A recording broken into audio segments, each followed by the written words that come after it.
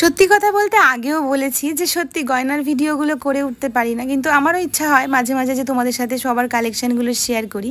আমার এই ব্রাইডের খুব ইচ্ছে ছিল তোমাদের সাথে ওর গয়নাগুলো শেয়ার করি।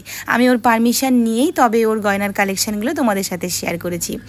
আর কারণও আছে একটা শেয়ার করা, সেটা হচ্ছে গিয়ে আমার যে আপকামিং ব্রাইডরা আছো, শুধু ব্রাইড বলবো না, আমার ফেসবুক পেজে প্রোফাইলে যারাই আছো না কেন, প্রত্যেককেই এই জিনিসগুলো দেখলে সুবিধা হবে নিজেদের নতুন কিছু কালেকশন জুয়েলারি বানানোর জন্য। তোমরা দেখো জুয়েলারিগুলোর কালেকশন, আমার প্রত্যেকটা জুয়েলারি কালেকশন ওর খুব পছন্দ হয়েছিল। সত্যি কথা বলতে আমার দুটো জিনিস ওর হাতের পছন্দ হয়েছে, সেটা হচ্ছে এই শাখাটা আর পলাটা।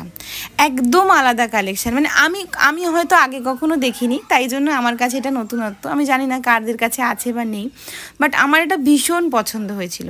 তো সেই জন্য তোমাদের সবার সাথে শেয়ার করলাম। আমার নেক্সট যারা ব্রাইড আছো, তোমাদের যদি মনে হয় ওর এই কালেকশান থেকে কোনো ডিজাইন তোমরা বানাতে চাও, বানাতে পারো।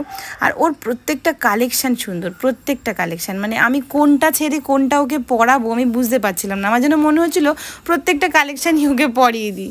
হয়তো একটু বেশি জ্যাবরা হয়ে যাচ্ছে বেশি কালেকশান পরালে, তারপরে কিছু কিছু জিনিস বাদ দিলাম, দিয়ে তারপরে ওকে এইভাবে সেট করলাম। কিন্তু ওর প্রতিটা কালেকশান সুন্দর, যেভাবে ওকে সাজাচ্ছি সেভাবেই ওকে সুন্দর লাগছিলো।